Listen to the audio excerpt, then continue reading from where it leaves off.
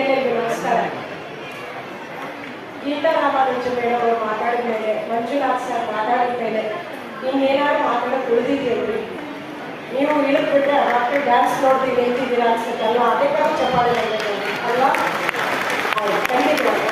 ಗೀತಾ ರಾಮಾನುಜನ್ ಯಾವ ವೇದಿಕೆಯಲ್ಲಿ ಇರ್ತಾರೆ, ಯಾವ ಸಬ್ಜೆಕ್ಟ್ ಕೊಡ್ತೀವಿ, ಇವತ್ತಿಗೂ ನಾನು ಕೂಡ ಅವರ ಸ್ಟೂಡೆಂಟ್ಗೆ ಅಂತ ಹೇಳ್ಕೊಡೋಕ್ಕೆ ಬಹಳ ಹೆಮ್ಮೆ. ಯಾಕೆಂದರೆ ಅವ್ರು ಹೇಳ್ತಕ್ಕಂಥ ವಿಷಯ ಎಷ್ಟು ಅದ್ಭುತ.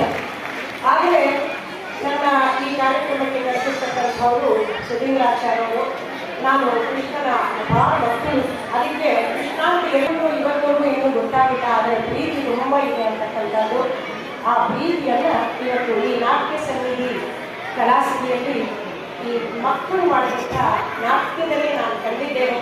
ಕೃಷ್ಣನ್ನೇ ಖಂಡಿತವಾಗೂ ಕೂಡ ನಾವು ಸಾಕ್ಷಾತ್ಕಾರವಾಗಿ ಕಾಣ್ತಿದ್ದೇವೆ ಅನ್ನೋ ಅಷ್ಟರ ಮಟ್ಟಿಗೆ ಬಹಳ ಸಂತೋಷ ಆಯಿತು. ಮೊದಲು ಅದಕ್ಕೆ ಅವರ ಗುರು, ನಂತರ ನೀವು ಪೇರೆಂಟ್ಸ್ ಏನಿದ್ರಿ ಅದಕ್ಕೆ ನಿಮಗೆ ದೊಡ್ಡ ಚಪ್ಪ.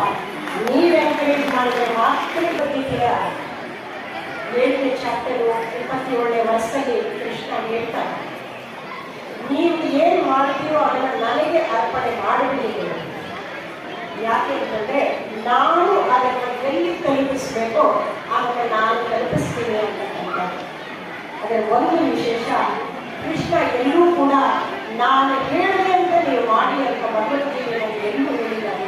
ಅದೇ ನಮ್ಮ ಸಂಸ್ಕಾರ, ಅದೇ ನಮ್ಮ ಸಂಸ್ಕೃತಿ. ಪ್ರಪಂಚದಲ್ಲೇ ಅತ್ಯುತ್ತಮವಾದಂಥ ಪುಸ್ತಕ ಹೇಳಲಿಕ್ಕೆ ಇಷ್ಟಪಡ್ತೀನಿ. ಕಾರಣ ಇಷ್ಟೇ, ಕೃಷ್ಣ ಅರ್ಜುನಿಗೆ ಬೋಧನೆ ಮಾಡಬೇಕಾದ್ರೆ ಹೇಳ್ತಾನೆ, ನಾನು ಹೇಳಿದೆ ಅಂತ ನೀನು ಯಾವ ಕೆಲಸವನ್ನು ಮಾಡಬೇಡ. ವಿಮರ್ಶು, ನೀನು ವಿಮರ್ಶೆ ಮಾಡ್ತಕ್ಕಂಥದ್ದು. ನೀನು ವಿಮರ್ಶೆ ಮಾಡಿ ನಾನು ಹೇಳಿದ ಮಾತನ್ನು ಕೇಳಿ ಅದರ ಮೇಲೆ ನಿನ್ನ ತೀರ್ಮಾನ ಏನು, ನೀನು ಏನನ್ನ ಸರಿ ಅಂತ ಅನಿಸುತ್ತೋ ಅದನ್ನು ಮಾಡು ಅಂತ ಹೇಳ್ತಕ್ಕಂಥ ಏಕೈಕ ಗೀತೆ ಭಗವದ್ಗೀತೆ. ಯಾವುದೇ ಧರ್ಮದಲ್ಲಿ ಇಲ್ಲ.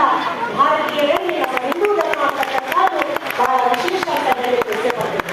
ಈ ಹಿಂದೂ ಧರ್ಮದಲ್ಲಿ ಈ ರೀತಿಯಾದಂಥ ಸಂಸ್ಕಾರ ಸಂಸ್ಕೃತಿಯನ್ನು ಹೊಂದಿರ್ತಕ್ಕಂಥ ನಾವು ಈ ರೀತಿಯಾದಂಥ ವಿಶೇಷ ಕಲೆಗಳನ್ನು ನಾವು ಹೆಚ್ಚೆಚ್ಚು ರೂಢಿಸ್ಕೊತಾ ಬಂದರೆ ಅದರಲ್ಲೂ ನನಗೆ ಬಹಳ ವಿಷಯ ಸಿಗೋದು ಒಳ್ಳೆ ಮಕ್ಕಳು ಮತ್ತು ಒಂದು ತಂದೆ ತಾಯಿ. ಯಾಕೆಂದರೆ ನಮ್ಮ ಸಂಸ್ಕಾರವನ್ನು ಸಂಸ್ಕೃತಿಯನ್ನು ಉಳಿಸಿ ಬೆಳೆಸಿರ್ತಕ್ಕಂಥ ನಿಮಗೆ ಹ್ಯಾಟ್ಸ್ ಆಫ್ ಕಡೆ.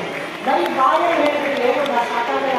ಅಥವಾ ಇಲ್ಲಿ ಬಂದಿಟ್ಕೊಂಡು 2 ನಿಮಿಷ ನನಗೆ ಕೊಟ್ಬಿಡ್ತಾರೆ, ನಾನು ಆ ಫೋಟೋ ಬಂತು ಹಾಕೋ ಸ್ಟೇಟಸ್ಸಲ್ಲಿ ಖಂಡಿತ ಅಲ್ಲ.